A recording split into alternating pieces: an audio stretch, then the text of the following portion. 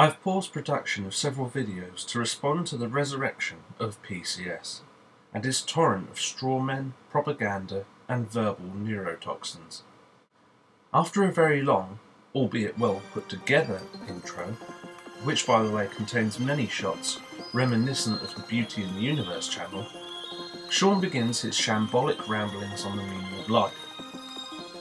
Instead of clearly setting out his belief on what such a meaning might be, aside from a passing reference to a creator god's divine plan, Venom instead defers to misrepresenting viewpoints he identifies as opposing his own. The top of this slippery slope begins with the presentation of the argument that childhood indoctrination accounts for a large number of religious believers' faith. This is a statistical fact. If parents are religious, their offspring are more likely to be religious as well. If this was not the case with Shawn, then it speaks well of his parents, who have allowed him to define his own beliefs.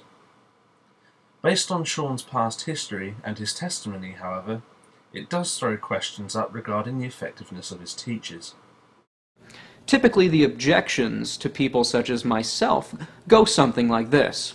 You only believe in God because you were told to believe in God since a very young age.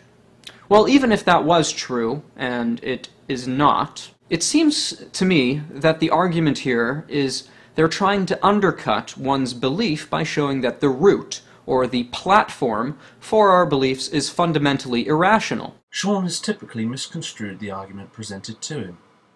The point of hereditary religious belief being a poor reason for following a given faith is because it is a non-reasoned and intimidating position to be in. If your parents are religious, and all the people you know are religious, it makes it less likely you'll be exposed to a fair representation of other viewpoints, those of other religions and the non-religious. It also makes it socially precarious to question the orthodoxy you are surrounded by, making any reasoned decision heavily emotionally weighted. The question of the validity of the claims being transmitted to the child is removed from this argument. Indeed, this is more an argument for freedom of thought and belief, rather than anti-belief itself. I would frame that as a different issue. This misrepresentation flows into the main thrust of the video, which we reach about halfway through. Here's the argument in a nutshell. Our beliefs are only as good as the reasons for believing them. However, if nature is the only thing responsible for the construction of our brains, and nature neither contains logical or reasonable functions in the sense that it doesn't have a cognitive function of reason or logic, it follows that anything we think is totally untrustworthy. If evolution were true, if someone is arguing for an evolutionary point of view, you have no basis for believing that their brain is functioning properly, or that the laws of nature which brought about their brain gave them, endowed them with reasonable functions such that they can ascertain truth. It's essentially trying to evaluate the function of the brain using the brain while it functions. It's circular reasoning. Venom is presenting an argument that without a cognitive or objective design, then all of our thoughts, reasoning and logic are baseless. To this I ask a simple question. Why? Is it reasonable to assume my brain is functioning? Yes. Evolution produces machines, our bodies. To pass through the process, we all must possess some attributes that make us suited to our environment. The vast majority of us use our brains to comprehend the world around us, make decisions, and act upon them to benefit ourselves and our species. Those that do not do these things, i.e. choose to harm others, are dealt with by the authorities. Those who cannot use these functions are treated and cared for. Both groups may possess other abilities that are beneficial in some way, but we can recognise that some people need care for a cognitive problem, as we do when someone is born with a mobility problem. Those of us who comprehend the world, make judgments, reasoned arguments, and extrapolate scenarios are functioning sentient beings. There are also a great many ways our bodies inform us of malfunctions. Think along the lines of a computer analogy. Have you ever had an error message come up on your screen? The message is coming from the computer, that is itself not functioning properly. Symptoms of mental illness can act in this manner, and prompt the sufferer to seek help, or for others to render assistance to them. Our conclusions may not be perfect, but to deny our thought process is to deny your own venom. For if your God exists, created the world with a plan and directs events in this universe, then he must use the said same laws of the physical world to effect his will. No other mechanism for interaction can exist, as at some point the non-physical would have to exert a physical force to enact its will upon the physical world. Remember, atheists don't believe in the supernatural, so they certainly don't believe that there are breaks in the laws of nature. They believe that our brains are obeying the laws of chemistry, and that the laws of chemistry dictates our thoughts and therefore our actions. It then follows that our beliefs could not be otherwise. It follows then that our actions and our behavior could not be otherwise. So to tell someone that they did good or bad, or that they ought to be otherwise, is impossible in an atheistic worldview. This is worthy of ridicule.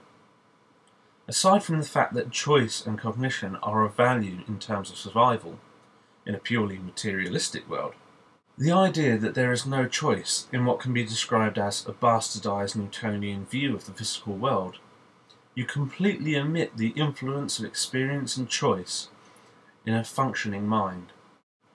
Physical laws facilitate the machinery of our minds to make their decisions. Damage to the machinery or tampering can affect our decisions, hence showing that a physical component is required. Just try and talk to a drunk person in a bar about all of this and see what I mean. But in an unhindered state, we are blameworthy beings. If you do not believe that, and do not deny our physical susceptibility and cognition to such things as drugs and alcohol, then what do you believe? The irony is that the theology to which you subscribe is commonly associated with an omnipotent threefold God. For this all-knowing being to exist, then it precludes free will.